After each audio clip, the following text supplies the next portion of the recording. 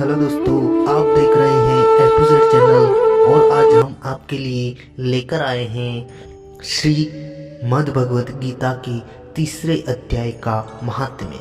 इससे पहले आपने दो वीडियो में पहले अध्याय और दूसरे अध्याय का महात्म्य देखा होगा, तो अब सुनते हैं तीसरे अध्याय का महात्म्य।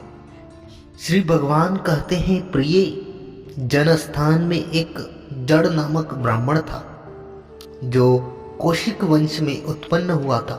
उसने अपना जातीय धर्म छोड़कर बनिए की वृत्ति में मन लगाया। उसे पराई स्त्रियों के साथ व्यभिचार करने का व्यसन पड़ गया था। वह सदा जुआ खेलता, शराब पीता और शिकार खेलकर जीवों की हिंसा किया करता था। इसी प्रकार उसका समय बीतता था। धन नष्ट हो जाने पर वह व्यापार के लिए बहुत दूर उत्तर दिशा में चला गया। वहां से धन कमाकर घर की ओर लौटा। बहुत दूर तक का रास्ता उसने तय कर लिया था। एक दिन सूर्यास्त हो जाने पर जब दसों दिशाओं में अंधकार फैल गया, तब एक वृक्ष के नीचे उसे लुटेरों ने धर दबाया और शीघ्र ही उसके प्राण ले लिए। उसके धर्म का लोप हो गया था, इसीलिए वह बड़ा भयानक प्रेत हुआ। उसका पुत्र बड़ा ही धर्मात्मा और वेदों का विद्वान था। उसने अब तक पिता के लौट आने की राह देखी। जब वे नहीं आए तब उसका पता लगाने के लिए वह स्वयं भी घर छोड़कर चल दिया। वह प्रतिदिन खोज करता, मगर राहगीरों से पूछने पर भी उसे उनका कुछ समाचार नहीं मिलता था। तदंतर एक दिन एक मनुष्य से उसकी भेंट हुई जो उसके पिता का सहायक था। उससे सारा हाल जानकर उसने पिता की मृत्यु पर बहुत शोक किया। वह बड़ा बुद्धिमान था। बहुत कुछ सोच विचार कर पिता का पारलौकिक कर्म करने की इच्छा में आवश्यक सामग्री साथ ले उसने काशी जाने का विचार किया। मार्ग में 7-8 मुकाम डालकर वह 9वें दिन उसी वृक्ष के नीचे आ पहुंचा जहां उसके पिता मारे गए थे। उस स्थान पर उसने संध्योपासना की और गीता के तीसरे अध्याय का पाठ किया। इसी समय आकाश में बड़ी भयानक आवाज हुई। उसने पिता को भयंकर आकार में देखा। फिर तुरंत ही अपने सामने आकाश में उसे एक सुंदर विमान दिखाई दिया जो तेज से व्याप्त था। उसमें अनेकों क्षुद्र घंटिकाएं लगी थी। उसके तेज से समस्त दिशाएं अलौकिक हो रही थी। वह दृश्य देखकर उसके चित्त की व्यग्रता दूर हो गई। उसने विमान पर अपने पिता को दिव्य रूप धारण किए विराजमान देखा। उनके शरीर पर पीतांबर शोभा पा रहा था और मुनिजन उनकी स्तुति कर रहे थे। उन्हें देखते ही पुत्र ने प्रणाम किया। तब पिता ने भी उसे आशीर्वाद दिया। तत्पश्चात उसने पिता से यह सारा वृत्तांत पूछा। उसके उत्तर में पिता ने सब बातें बतलाकर इस प्रकार कहना आरंभ किया, बेटा देववश, मेरे निकट गीता के तृतीय अध्याय का पाठ करके तुमने इस शरीर के द्वारा किए हुए दुस्त्यज कर्म बंधन से मुझे छुड़ा दिया है। अतः अब घर लौट जाओ, क्योंकि जिसके लिए तुम काशी जा रहे थे वह प्रयोजन इस समय तृतीय अध्याय के पाठ से ही सिद्ध हो गया है। पिता के यों कहने पर पुत्र ने पूछा, तात, मेरे हित का उपदेश दीजिए तथा और कोई कार्य जो मेरे लिए करने योग्य है वो बतलाइए। तब पिता ने कहा, अनग, तुम्हें यही कार्य फिर करना है। मैंने जो कर्म किए हैं वही मेरे भाई ने भी किए थे। इससे वे घोर नरक में पड़े हुए हैं। उनका भी तुम्हें उद्धार करना चाहिए तथा मेरे कुल के और भी जितने लोग नरक में पड़े हुए हैं उन सब का भी तुम्हें उद्धार करना चाहिए। यही मेरा मनोरथ है। बेटा, जिस साधन के द्वारा तुमने मुझे संकट से छुड़ाया है उसी का अनुष्ठान औरों के लिए भी करना उचित है। उनका अनुष्ठान करके उससे होने वाला पुण्य उन नारकीय जीवों को संकल्प करके दे दो। इससे वे समस्त पूर्वज मेरी ही तरह यातनाओं से मुक्त हो संकल्प काल में ही श्री विष्णु के परम पद को प्राप्त हो जाएंगे। पिता का यह संदेश सुनकर पुत्र ने कहा, तात, यदि ऐसी बात है और आपकी भी ऐसी रुचि है तो मैं समस्त नारकीय जीवों का नरक से उद्धार कर दूंगा। यह सुनकर उसके पिता बोले, बेटा, एवं अस्तु, तुम्हारा कल्याण हो, मेरा अत्यंत प्रिय कार्य संपन्न हो गया है। इस प्रकार पुत्र को आश्वासन देकर उसके पिता भगवान विष्णु के परम धाम को चले गए।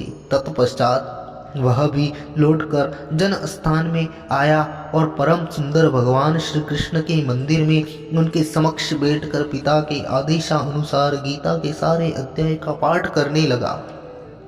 उसने नारकीय जीवों का उद्धार करने की इच्छा से गीता पाठ जनित सार पुण्य संकल्प करके दे दिया।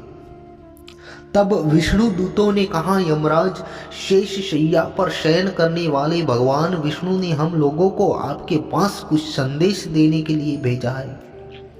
भगवान हम लोगों के मुख से आपकी कुशलता पूछते हैं और यह आज्ञा देते हैं कि आप नरक में पड़े हुए समस्त प्राणियों को छोड़ दें। अमित तेजस्वी भगवान विष्णु का यह आदेश सुनकर यम ने मस्तक झुकाकर उसे स्वीकार किया और मन ही मन कुछ सोचा। तत्पश्चात मदोन्मत्त नारकीय जीवों को नरक से मुक्त देखकर उनके साथ ही वे भगवान विष्णु के वास स्थान को चले। यमराज श्रेष्ठ विमान के द्वारा जहां क्षीर सागर है वहां जा पहुंचे। उसके भीतर कोटि कोटि सूर्यों के समान कांतिमान नील कमल दल के समान श्याम सुंदर लोकनाथ जगत गुरु श्री हरि का ही उन्होंने दर्शन किया। भगवान का तेज उनकी शैया बने हुए शेषनाग के फणों की मणियों के प्रकाश से दुगना हो रहा था। वे आनंद युक्त दिखाई दे रहे थे। उनका हृदय प्रसन्नता से परिपूर्ण था। भगवती लक्ष्मी अपनी सरल चितवन से प्रेम पूर्वक उन्हें बार बार निहार रही थी। चारों ओर योगी जन भगवान की सेवा में खड़े थे। ध्यानस्थ होने के कारण उन योगियों की आंखों के तारे निश्चल प्रतीत हो रहे थे। देवराज इंद्र अपने विरोधियों को परास्त करने के उद्देश्य से भगवान की स्तुति कर रहे थे। ब्रह्मा जी के मुख से निकले हुए वेदांत वाक्य मूर्तिमान होकर भगवान के गुणों का गान कर रहे थे। भगवान पूर्णतः संतुष्ट होने के साथ ही समस्त योनियों की ओर से उदासीन प्रतीत होते थे।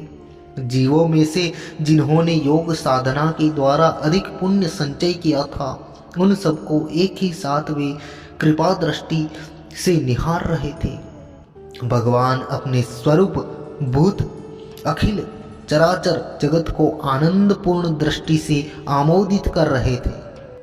शेषनाग की प्रभा से उद्भासित और सर्वत्र व्यापक दिव्य विग्रह धारण किए नील कमल के सदृश श्याम वर्ण वाले श्री हरि ऐसे जान पड़ते थे मानो चांदनी से गिरा हुआ आकाश सुशोभित हो रहा हो। इस प्रकार भगवान की झांकी के दर्शन करके यमराज अपनी विशाल बुद्धि के द्वारा उनकी स्तुति करने लगे। यमराज बोले, संपूर्ण जगत का निर्माण करने वाले परमेश्वर, आपका अंतःकरण अत्यंत निर्मल है। आपके मुख से ही वेदों का प्रादुर्भाव हुआ है। आप ही विश्व स्वरूप और इसके विधायक ब्रह्मा है। आपको नमस्कार है।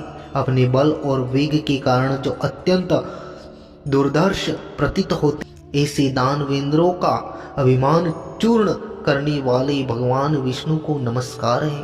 पालन के समय सत्वमय शरीर धारण करने वाले विश्व के आधारभूत सर्वव्यापी श्री हरि को नमस्कार है। समस्त देहधारियों की पातक राशि को दूर करने वाली परमात्मा को प्रणाम है, जिनके ललाटवर्ती नेत्र के तनिक सा खुलने पर भी आग की लपेटें निकलने लगती हैं। उन रुद्र रूपधारी आप परमेश्वर को नमस्कार है। आप संपूर्ण विश्व के गुरु, आत्मा और महेश्वर हैं।